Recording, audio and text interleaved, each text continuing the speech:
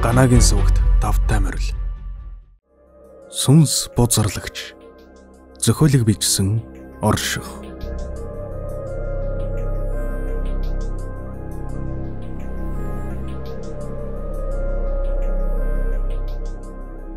Нэгдүгээр хэсэг.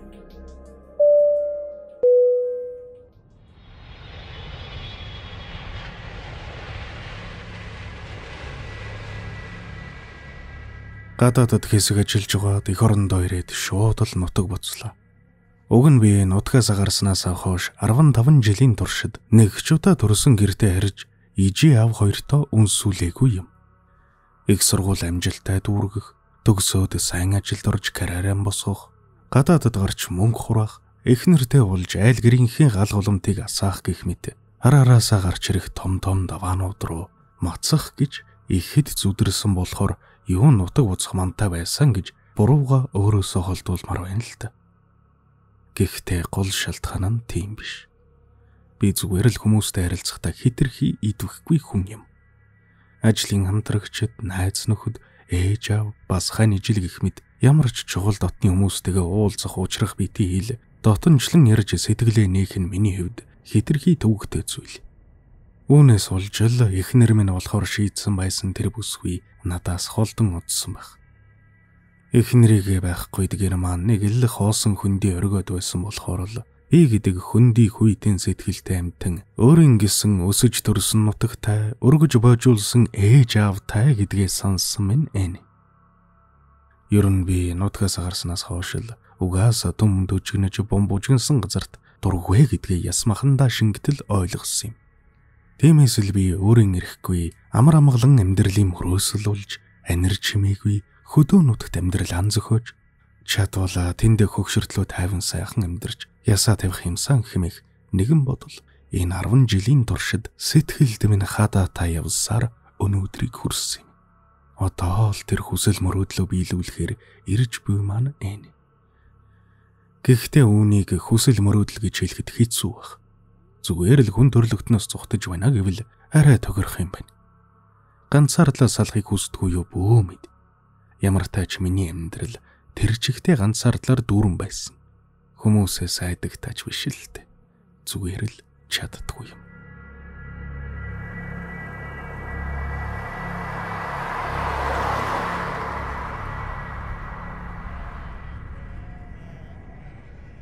Машинтайгаа зугаахан давгсаар үүсний үнэр хан хийсэн ногоон тал бүхий 160 орж ирэх үед 2 монгол гэр айлсан буулсан нь харагдав. Нэгэнд нь мэдээж ээж аав хоёр маань соон.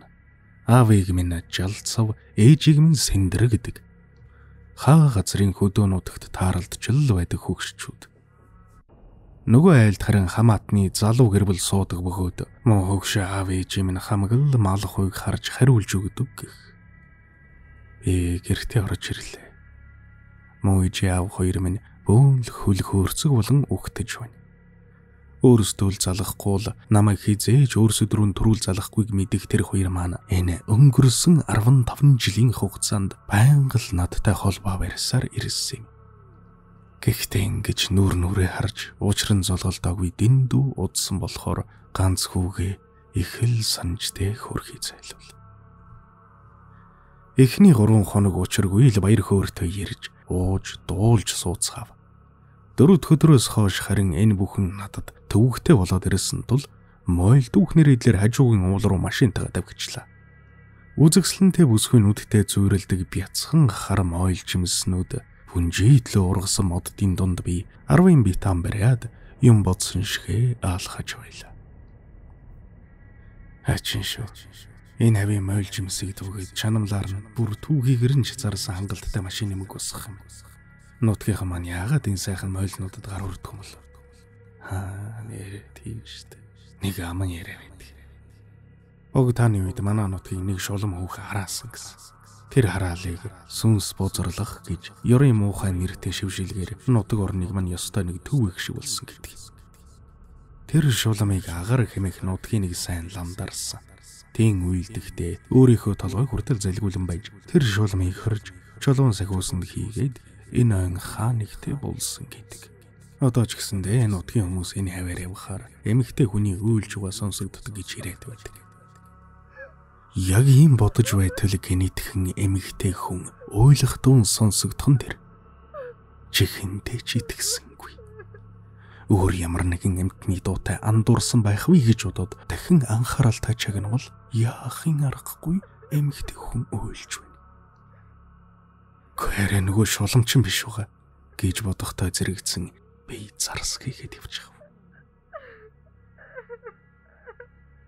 Харин дараа нь эрүүл ухаанаар сэтгэхийг хичээж сүнсгийх зүйл байгаа гэж хаанч бодлаагүй. Магадгүй зүгээр л ойтой өрсөн хэн нэгэн эмэгтэй тусламж хэрэгтэй болсон баг гэж бодоод уйлж байгаа зүг рүү алхлаа. Бурхан минь, надаас 20-30 атхан алхмын цаадтай нэгэн нүв нүцгэн бүсгүй буруу харчихсан өглөөд сууж бахан тэр. Би энэ тэрчгтэй шороо тоосон дарагдан халтардаж үсэн ширэлцсэнж гол шиг сайхан бие хаатай үзэсгэлэнтэй бүсгүй гэдэг нь харваас илт. Ямар тач би тэр бүсгүүрөө очиод цочоохгүй тулд аяарахнаар хөөй хэмээн дуудвал хөөрхий бүсгүй цочиж эргэж хараад эрэгтэй хүн гэдгийг мань мэдэнгүүтээ хоёр хөхөө тэрэн халгалж гуяа байдгаараа хавчин чи юу хүн бэ хэмээн асуулаа. Би хөөрхий бүсгүйг айлахгүй тулд аль болох ээлдэг өнгөөр зүгээр л энэ хавар мойл түүж явсан юм байна. Тэгээ чамаг уйлээ зууж гарч ин тусламж хэрэгтэй болов гэж бодоод ирлээ. Харин чи гэвэл бүсгүй нэлээн гайхширч бодол хийлж байснаа. Мэдгүй яаж яваад энэ дэрэснээ санахгүй байна. Ер нь энэ ойд сэрхээс өмнөх юу гэж санахгүй байна. Өөрийнхөө нэрийг хаана амьдардаг байсныг ер нь амьдарч байсан эсгэж санахгүй байна. Нэг мэдсэн чинь лин твтчихсэн. Яг энэ чигээр ойгоос гарах гэж олон хоног явсан. Даанч гарч чадахгүй байсан. Дэндүү олон хоног энэ ойхоор тэнэлээ. Гэхдээ энэ бүхэн миний бодож байснаас хэрвэгтэй хэрэг болохыг ойлгов. Тэгээд бас л аль болох ая дуухан ээлдэг дуугаар ямар тач надтай хамт яв. Чамд чадах чинийгээрээ туслая гэж хэлээд өмсөж явсан хөрмөг хөөрхий бүсгүйд нөмрүүлээд ядарч гурийн халсан биеийн цээжин дээр өргөсөр машиныхаа зүг уруудан алхлаа. Тэгтэл бүсгүй толгоогоо ингэрт минь нааж. Хөөх ямар дулаах юм бэ? Энэ үед би анх удаа өөрөөсөө өөр хүнтэй харалтлаа. Тэр нь ийм сайхан сэтгэлтэй хүн байх гэж. Би танаас олдмооргүй байна. Гиснээ цээжийг минь илж эхлэх нь тэр. Ийм үзэгсэлэнтэй бүсгүй өөрөө намайг оролдоод эхэлсэн учраас өнөөх маань өмдөө түрэн гоц сойхоод ирэв. Гэсэнч эмэгтэй хүнийг ийм эмзэг байдалтай байгааг далимдуулна гэдэг миний хувьд зөвшөөрхийн аргагүй гэмнз юм. Тиймээс зүгээр л бүсгүйг машиндаа суулгаад сумын зүг юу ч дуурахгүй давгсаар шууд цагдаа дээр авчирлаа. Хэсгийн төлөөлөгчд бүх үнэн учраа хэлэхэд тэрээр. За ямар ч тач хотоос нааш нь хүн дуудуулъя. Тэнд бүсгүй дэмлэгийн тусламж үзүүлж хэн болохын тогтоож гэр бүл садан төрлийнхний нолоод хүлээлгэж өгөх байх. Мөрдлөг явуулж бүсгүйд жухам юу тохиолдсон байж болохыг шалгаад ослоо эсвэл гэмтэргийн золиос уулсан уу гэх мэтгийг илрүүлэх ёстой. Хэмээн ярьж байтал бүсгүй. Тэгэхээр намайг эндээс авч явна гэсэн үг үү? Гү би зөвшөөрөхгүй. Түүнээс олцсон дөрвөл үгсэн дээр гэж хэлснэ. Ширээн дээр байсан ангийн хотхыг аваад шууд хүүзүүгээ эсгчихэн тэр. Бүсгүйг гинэтхэн ийм галзуу үйлдэл хийн чинээ санаагүй би сандраад.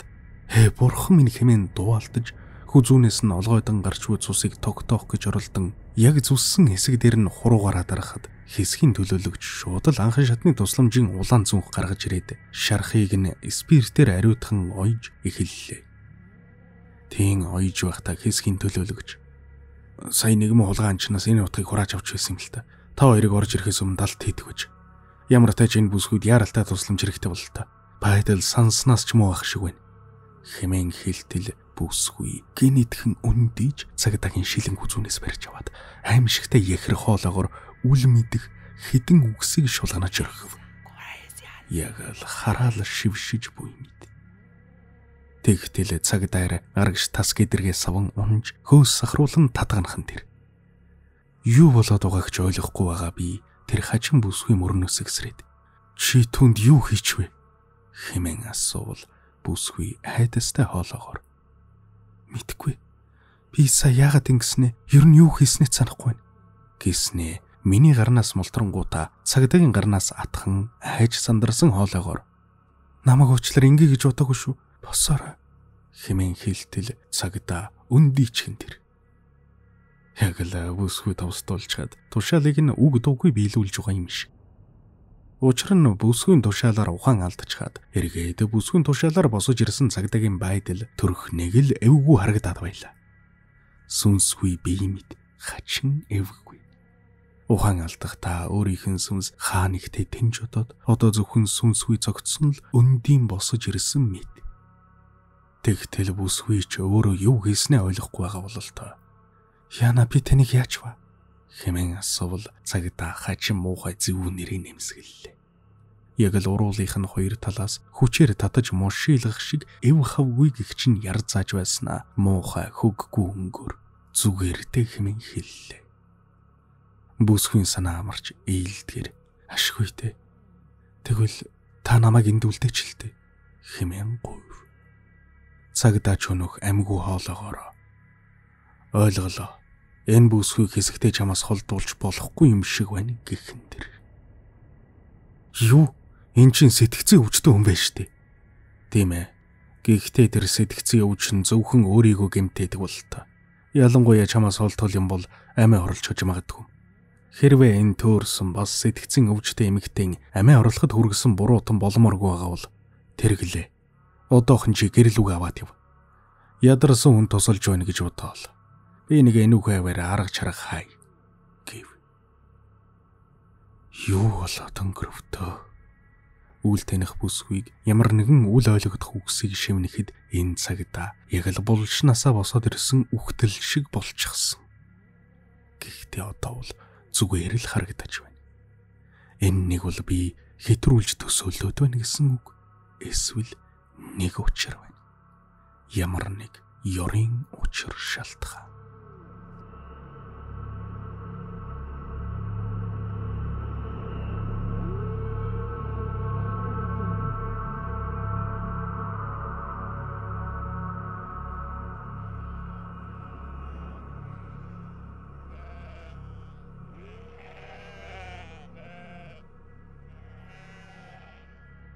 Ингээд би ямар тайж ойгоос олсон танихгүй нүцгэн бүсгүйг аваад гэртээ харилаа. Сая болсон хажин явдлыг аав ээжид тайлбарлах гэж хэлхүүгээ олж ядаж байсан ч сайхан сэтгэлтэй хөгшөд маань ашгүй зүгээр хүлээж авлаа. Ээж маань за яах вэ? Ой төрсө хөрхий бүсгүйд юу ч тохиолдсон бilé. Тэр нь магадгүй сэтгэл санаанд нь нөлөөлсөн байх. Бусдаар зүгээр байлгүй дээ. Тэнгэрээс унаж газараас ургач хайхвал бол хаа нэгтээс эцэг их садан төрлийн хүмүүс нь гарч ирээд авч явж л таараа. Тэр хүртэл энд хайж л байг. Энэ турхан бүсгүй хоол ороож юу л шалааж. Хөөрхий минь хаа газрын хиний охин үр юм бол тоо. Хэмээн хэлэхэд аавч дэмжиж. Тийм шүү. Эцэг их нь олдохгүй байсан ч гэлээ эндээ үлдвэлдэг. Манайх бараг хүүхэдтэйгээс илүү хүүхэдгүй ийлгэвэл зөхөх айл. Олон жил хүүгээ санж шар махтаага хатсан хоёр хөгшний элийг дэвтэйгээд байж л байна үз. Гэж далиманд нь олон жил бодож санаж явсан үгсээ чихэнд минь дуулгаад авлаа. Мөн энэ үед би одоо л тэр бүсгүйг өнөө хилцийн төлөөлөгчийн ширээн дээр байсан том ангийн хутгаар хоолоогоо ан гайтал хэрчиж оргисныг санав. Тэгэд бүсгүйн хүзүү рүү харвал өнөөх айхтар шарах огтхонч байгаагүй мэд эдгсэн байх нь тэр. Бүр сорвж алга. Энэ бүсгүй үнэхэр хүм мөн гэж юу? Би гэрлүүгээ хөгшин ижи ав хоёр лууга юу дагуулад ирэвдэ.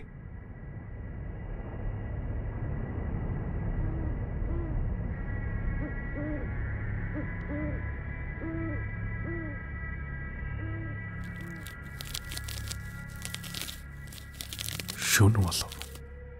Ямар нэгэн хүчрхэг амьтны мах шижгэнтэл зулгааж яс торжгонтол мэрэгчмэнээр би сэрлээ. Ойлгохтой юм бодсонгүй юу байдгүй л хэмээн амандаа үлсэр өндийн хараад цочсон тоцоолтой л хашгирчихсангүй. Хөгшин аав ээж хоёр минь зэрэгцэд суучхаад үүцлэхгээ тавьчихсан байсан маха түүхийгэр нь идэж байх нь тэр. Үүнийг харсан би тэссэнгүй. Миний ухаан аажмаар балардлаа.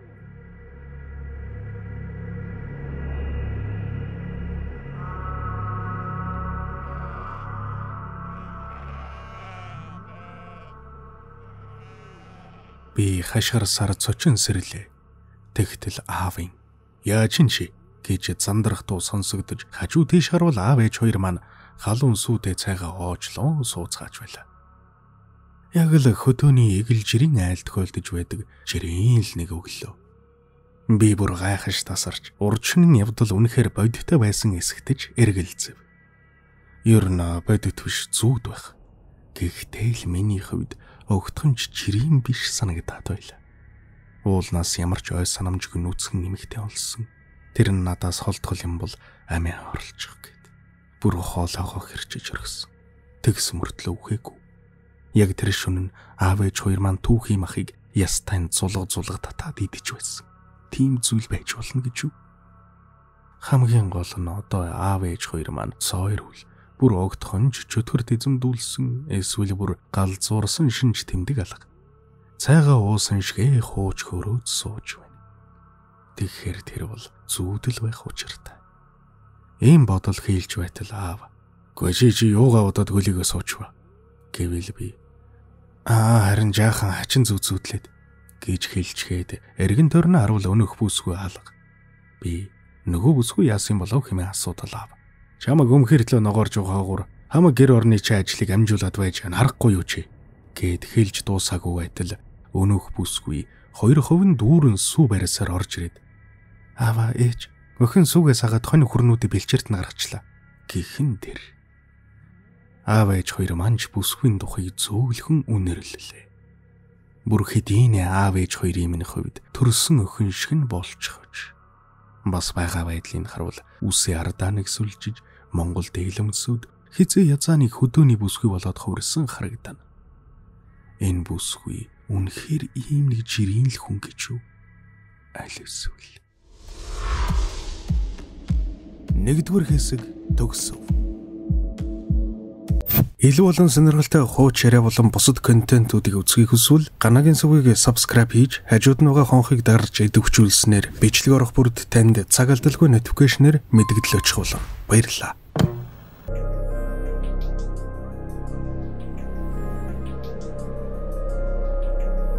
Хоёрдугаар хэсэг.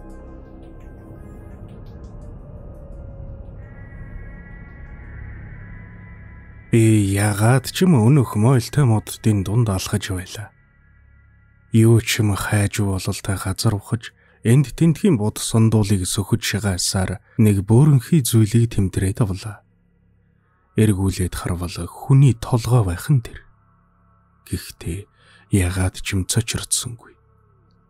Өнөх толгой. Ашгүй чи намайг олчихвоо. Сайн байна. Би бол тэр шулмыг номготгосон агар лам. Өөрийнхөө толгойг хамттан тамгалан байж шулмыг энэ ойд хорьсон юм. Тэгээд шулмыг сулсан хүн 3 хоногийн дотор миний толгойг ч ус олно хэмээн таринцсан. Одоо намайг сайн сонс. Чи зүүдэлж байна. Сэрмэгцээ надтай хамт тэр шулмыг устгах үйлийг хийх хэрэгтэй. Тэр шулмд нэг аимшигтай хараалын хүч байдаг. Сүнс бузарлах нэртэй тэр хараалын шившлэгийг ашиглаж гэмгүү жирийн хүнийг хүнчвш чөтгөрчвш нэг адын эмтэн болгож хувиргадаг. Тэм шившлэг мэд харын хүчнээс улж оюун санаагаа алдан бие мах бидэнж хүн байхаа билсэн нэг зэтгэр гэж дууддаг. Тэр шулам энгийн хүнийг зэтгэр болгон хувиргаад өөрийн хүслээр үдирддэг юм. Цаг алдах тусам тэр шулам танаа нутгийн олонж гэмгүү ард иргэдийн сүнсийг бузарлаж зэтгэрүүд уулгаж хувиргаад цусан далаа урсгана. Чи бид хоёр тэр шулмыг эрт устгах тусам аль болох олон гэмгүү ард иргэдийн амнасыг аварна. Мөн сайн санаж яв. Тэр шулам маш зайлтай.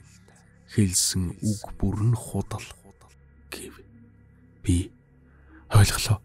Тэгэхээр би юу хийх хэрэгтэй вэ? Хэмээн асуувал ламын тасарсан толгой. Ад чөтгөрийн цагаар буюу шун дундаас үүрийн үнгийн харанхуй хүртлэх тэрл цагаар би ирнэ. Тэр шулмыг гэртээ ганцааран гүнүүлдээгээд өөрөөсөө гадаа гарцгаагаад хаалга дангинтал төгжээрэй. Хэрвээ би дийлээд эхэлвэл хонх дуугарна, дийлдээд эхэлвэл дамар дуугарна. Дамар дуугараад эхэлвэл гэрээ шатаа гэж хэлв. Юу тэгэхээр таныг ч ус зөөлөх хэрэгтэй болно гэсэн үг үү? Би тусалж чадахгүй мөч үү? Чиний чадах зүйл гэвэл зүүдэндээ миний толгойг олсон газартаа эргэж ирээд алтан гэрэлт нэртэй сахиус тутгийг олж аваад шулмын яг зүрхэнд нь нэвтүүлэх. Гэхдээ чи бол хизээч амьтны аминд хүрч байгаагүй гэмгүй хүн болохоор чамайг тэгж чадахгүй байх гэж айж байна. Тиймээс санаа зовох хэрэггүй. Бүгдийг надад даатга. Тэгээд үүнийг сана. Сүнсээ бузруулсан зэтгэрийг энгийн хүнээс ялгах аргагүй. Амархан хууртан сайн анзаарах тавайгаараа.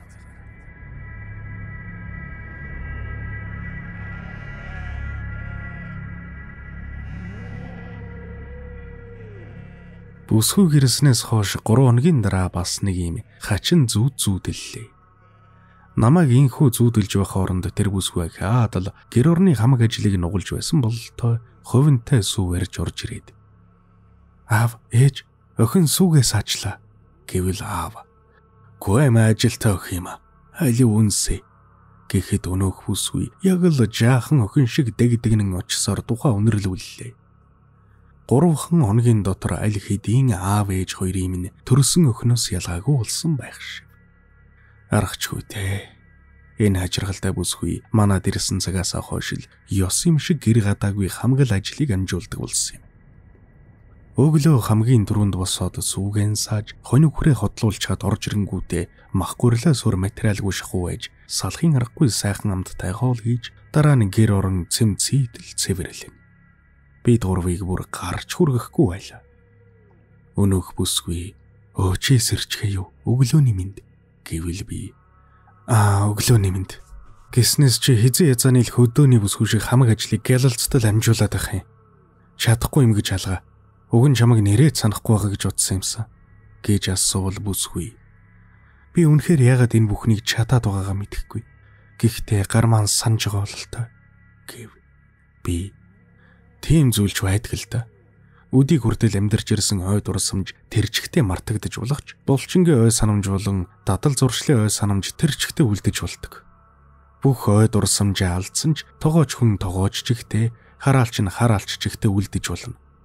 Ингээд чи ядаж нэрээ санахгүй байна уу? Хэмээн асуувал өнөөх бүсгүй. Гүй юу санахгүй байна. Ер нь надад одоо нэр байхгүй юм чи нэрээ санах хүртэл маань чи нэр өгч гэж болохгүй гэж юу? Хэмээвэл ээж дэмжиж. Тийм шүү хөө минь. Явдлаа хэсэг удахал байлгүй. Тэр хүртэл ядаж зохиомл нэрээр чадхаа дуудаж байвал хэмээн хэллээ. Харин энэ үед надад шууд л гоомаа гэх нэр ороод ирв. Тэгээд би чамайг тэгвэл гоомаа гэж дуудаж болох уу? Хэмээн асуувал бүсгүй хард сэргэж барг нүднээс нь үлмэс гарах шахан догдлон байснаа. Хажууд суугаад хацар дээр маань шовхийтэл үнсэж яваад тэрвэрч. Баярлалаа. Үнэхээр гоё нэр байна гэсээр гарч одов. Энэ үед зүрх маань лүглүг хийтэл цөхөлж би дэмийл халуун шат хацраа барьсаар хоцорлоо. Урд учирсан ямар ч эмэгтэй намайг ингэтэл минь догдлуулж байсан тохиолдол үгүй мэд. Ер нь өөрийнхөө зүрхийг догдолдог бүр цохилдог байсан эсхийг ч санахгүй байна. Магадгүй өөрийгөө хэн гэдгээч санахгүй мөртлөө ойд ганцаархнаа дэндүү удаан тэнсэн нь бүсгүйг бусдаас ингэтлийн нүмер нүүлэг хүсгэд хүргэсэн л баг. Надтай ингэтлээ наалдаж манайд ингэтлээ байхыг хүсээд байгаа нь ердөө л ийм л учиртай байх.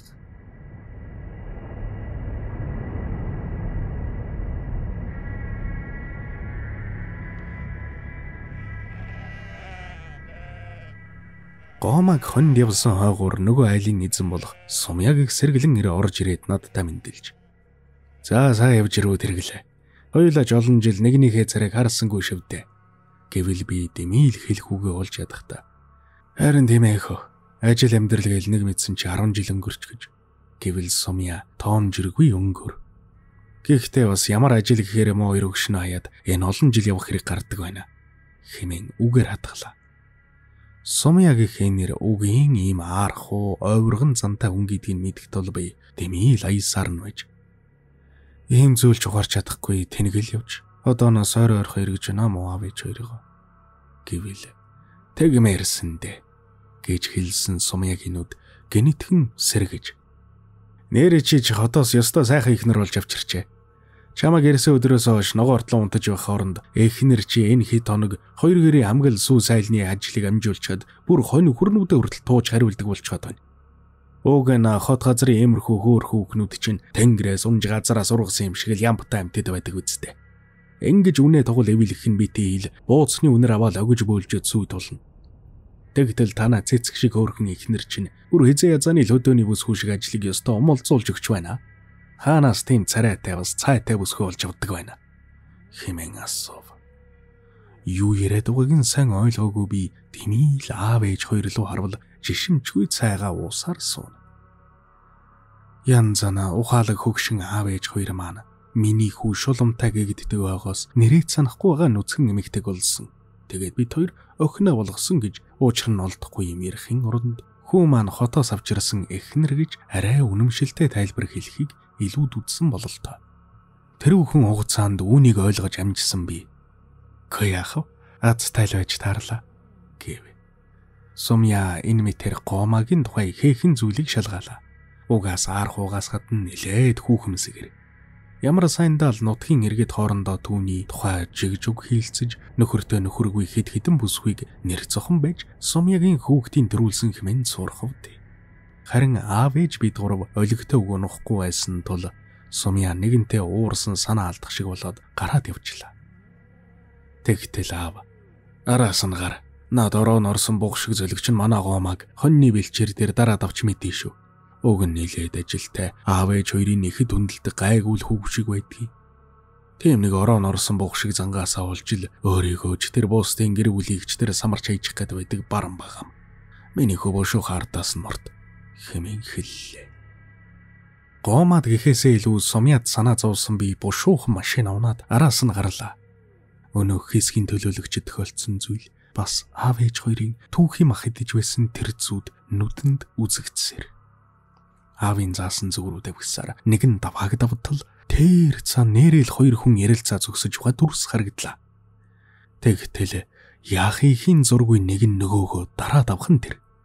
Сумья гал зурх, гоомаа хүчндүүлэх гээд альж тохиолдолд сайн зүйл болохгүйг даруй ухаарсан би харахур дараад авгсаар очлоо. Моновшчин гоомагийн хувцсыг бараг л тайлчихсан. Дээлийнх нь ингрийг задгаалаад хөлийнх нь завсраар шурах гээд ноцолдож байхыг харсан би шууд л явж очоод ард дагз руу сав жунтал өшгөлж орхилоо. Тэгээд ухаан манарч босохгүйд босч чадахгүй байх Сумьяг би заамдан босгоод. Новш минь энэ олон жил аав ээж тэм нь айлсаж мал хууг нь харж өгч байсны чинь бодоод одоохондоо зүгээр өнгөрөв. Дараагийн удаа ийм зүйл давтагдвал үгүй. Дахиад гоомод алхмын зайтай ойрдсон байхад надад оргидвал дөнгөж сая үйлцэн улаан махны чиргээр шорон татаана гэж мэдэрэ гэж зандарч хаад цааш унтлан түлхчихлээ. Өнхөлцгийн агартал айсан Сумьяг мориндоо мордоо ташуур цаар алга болоод өгөмгц би хөөрхий хамаг биеийн салган жижирч нулимсаа асруулан уйлах гоомаг босгоод хувцсыг гөвж дээлийн ингрийг товчилж өгөнгөө. Одоо энэ нуус чамд дахиж гар хүрч чадахгүй цаав. Намайг байсан ч байгаагүйч. Гэвэл гоомаа тэсгэл алдарн намайг тэмэрч надаас битгий холдорой. Надаас битгий холдооч хэмээн хоолой зэнгэрүүлэн гуйж байлаа. Чи яагаад надаас холдохыг тэгтлээ хүсэхгүй байгаа юм? Би тэр ойд хитрхи удаан тэнсэн. Бүр амьдралаач нэрээч марттлаа тэнсэн.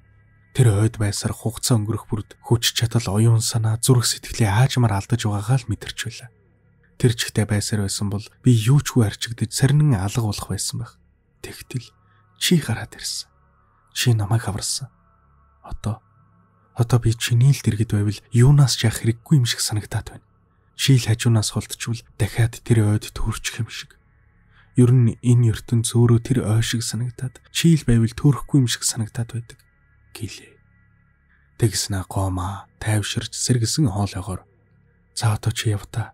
Тэр хүн дахиж намайг айлгаж чадахгүй байлгүй. Аав ээж хоёрт юу ч болоогүй гэж хэлээрээ хэмээн инээмсэглэлээ.